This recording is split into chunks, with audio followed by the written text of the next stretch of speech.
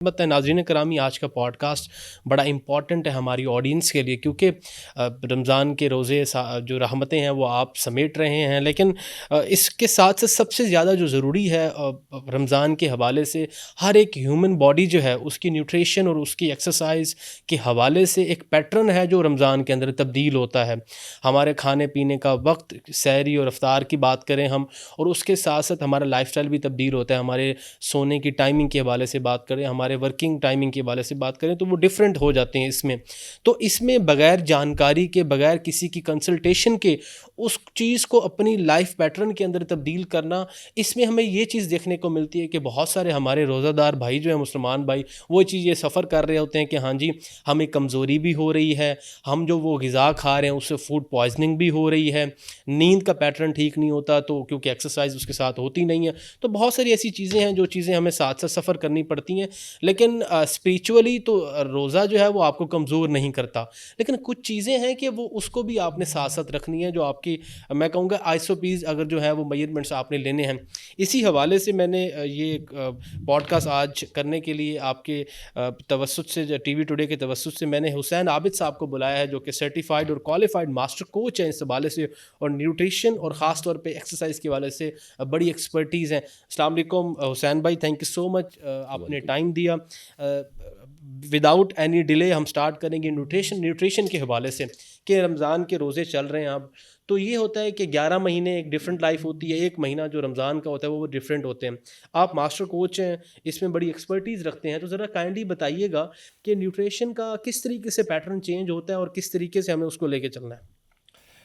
Thank you very much जनाब। For inviting me first. और इसमें जो वन लाइनर सबसे पहले मैं रमज़ान की मुनासिबत से, कि रमज़ान और रोज़ा एक रहमत है जी उसको जहमत आपने ख़ुद बनाना है। जी। Like first you need to know what to eat, what not to eat. आपको एक 8 से 10 घंटे या 12 घंटे की फास्टिंग के लिए अपने जो हेल्पिंग एलिमेंट्स हैं उनको समझने की ज़रूरत है। और जितना आप न्यूट्रिशन पे ग्रिप रखते हैं, उसको अंडरस्टैंड करते हैं, उतना आपका फास्टिंग आसान होती जाती है जी। आप सारे दिन में अच्छा परफॉर्म कर पाते हैं। आजकल मोस्टली लोगों की रूटीन ये है कि वो रोज़ा रखते हैं और सो जाते हैं, और उसके बाद जब उठते हैं दोबारा से मतलब एक हैवी बाउल लेते हैं, उसके बाद सारी रात जागते हैं। तो उसमें शायद आप उस तरह से बरकतें भी समेट नहीं पाते। बैक ऑफ द माइंड आपके माइंड में सिर्फ ये है कि मैं फास्टिंग पे हूँ, मैं बाहर नहीं जाऊँगा, मैं एक्सर्ट नहीं करूँगा, इट्स समथिंग लाइक दैट। जिस तरीके से हम रोज़े को लेते हैं, आप रोज़े में उठते हैं, आप काम भी करते हैं मोस्ट ऑफ द टाइम, तो हम, मेरा ख्याल है कि ज़्यादा उन लोगों पे फोकस करें जो सारा दिन एक्टिव है, और सोने का टाइम उनका इफ्तार के बाद है।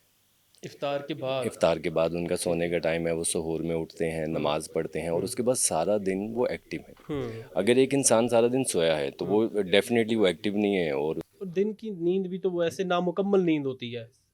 ये एक जो स्लीप लाइक व्हाट फिनोमिना क्या है सोने का, आपको अच्छी नींद किस वक्त मिलती है, तो आप नेचर के साथ उठें और नेचर के साथ सोएं।